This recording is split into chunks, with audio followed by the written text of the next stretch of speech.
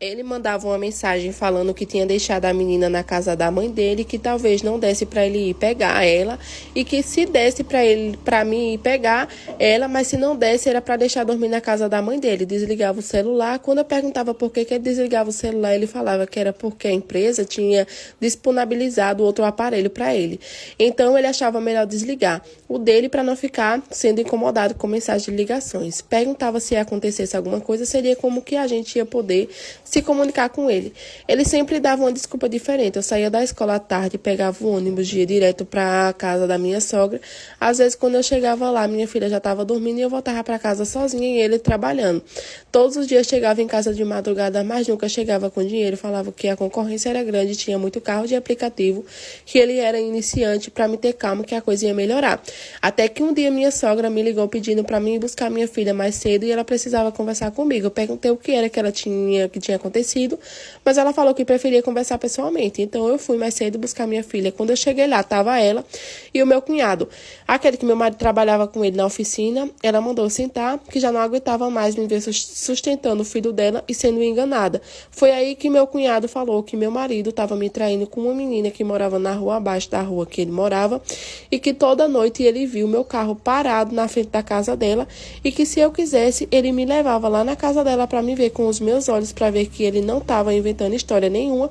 E eu falei para ele que eu acreditava, eu não queria que ele me levasse lá na casa dela, não. Eu queria que ele me levasse era em casa, deixei a minha filha com a minha sogra e fui para casa com ele. Quando eu cheguei em casa, comecei a juntar as coisas dele, coloquei tudo dentro do saco de lixo. Eu colocando no saco, que ele colocando na mala do carro dele. Quando eu terminei de juntar tudo, eu falei para ele: agora a gente vai lá na casa dela. Cheguei lá, toquei a campainha e abriu a porta. Foi ele, como se ele fosse o dono da casa. Quando ele me viu, ele ficou parado me olhando, não falou nada. Eu também não falei nada, só voltei. O carro comecei, tirar as coisas dele e colocar na calçada. Não discuti com ele, não perguntei o que ele estava fazendo ali. Só falei para ele não pensar em voltar para casa e pedir a chave do meu carro. Fui embora e deixei ele lá. Fui para casa da minha sogra, peguei a minha filha, agradeci por ela ter me contado a verdade.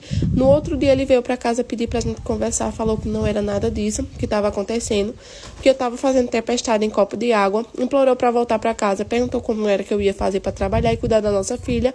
Eu falei para ele não se preocupar com isso, que eu já tinha sustentado ele e a nossa filha por 10 anos, já que tu estava me colocando para fora de casa, não vai deixar eu voltar, eu quero a minha parte da casa e a do carro, que eu quero comprar um lugar para mim morar. Eu não posso ficar morando na casa dela porque ela mora com o pai e com os irmãos. Eu comecei a rir, perguntei que parte de casa que ele queria, porque até onde eu sabia a casa que a gente morava não era nossa, era da minha mãe e o carro eu tinha comprado, tinha para ele. Tinha pagado ele, não deu um centavo sequer. Se ele quisesse comprar uma casa para morar com ela, ele que fosse se virar, porque eu não ia dar um centavo para ele.